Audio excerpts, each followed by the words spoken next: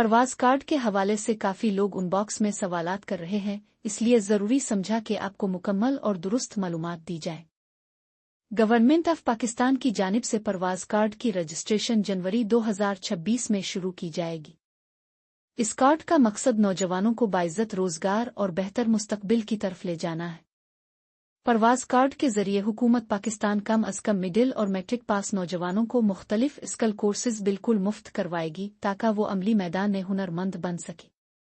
اس کے ساتھ ساتھ وہ ممالک جنہیں افرادی قوت کی ضرورت ہوگی وہاں جانے کے لیے فری ویزا کی سہولت بھی فراہم کی جائے گی تاکہ نوجوان قانونی اور محفوظ طریقے سے برون ملک روزگار حاصل کر سکے۔ پرواز کارڈ میں اپلائی کرنے کے لیے درج ذیل کاغذات ضروری ہوں گے۔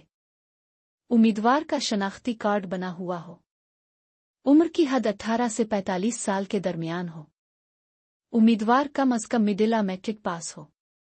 مزید معلومات، رہنمائی اور بروقت اپڈیٹس کے لیے ہمارے ساتھ جڑے رہیں۔